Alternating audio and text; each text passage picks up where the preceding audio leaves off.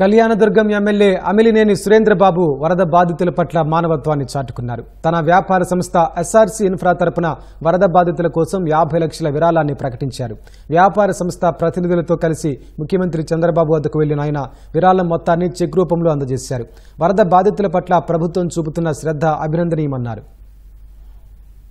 ఏదైతే మన ఫ్లడ్ వచ్చిందో దాని సహాయ నిధి కింద మా సంస్థ తరపున 50 లక్షల రూపాయలు ఇవ్వడం జరిగింది. అలాంటి వరదలు మనకి 100 ఏళ్ల చరిత్రలో విజయవాడలో రాలేదు. మాకు తోచినంత కూడా ఈ సహాయం చేయడం జరిగింది. ఇంకా కూడా ఏమైనా అవసరమైతే కూడా సహాయం చేయడానికి కూడా మా సంస్థ మేము సిద్ధంగా ఉన్నాం. ఏదేమైనా కూడా ఈ రోజు మన ముఖ్యమంత్రి గారు చాలా కష్టపడుతున్నారు. ఆయన చూస్తే ఈ వయసులో చాలా అద్భుతంగా నడుస్తున్నారు. ప్రజల దగ్గరికి వెళ్లి ప్రజల కష్టాలు కూడా చూస్తున్నారు. నిన్ననే చూసాం, రైలు పక్కగా వెళ్తుంది.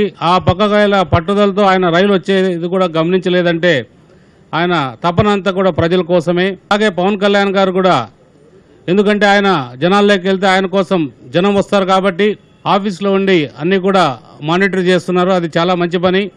అలాగే నారా లోకేష్ గారు నిరంతరం మన విజయవాడ ప్రజల కోసం తప్పిస్తూ ఎక్కడికక్కడ ఈ సమస్యల పరిష్కారానికి కృషి చేస్తున్నారు. నిజంగా ప్రభుత్వం ఎంతో కష్టపడుతుంది. ఆ ప్రభుత్వంలో భాగస్థుడైన నేను కూడా చాలా గర్వపడుతున్నా.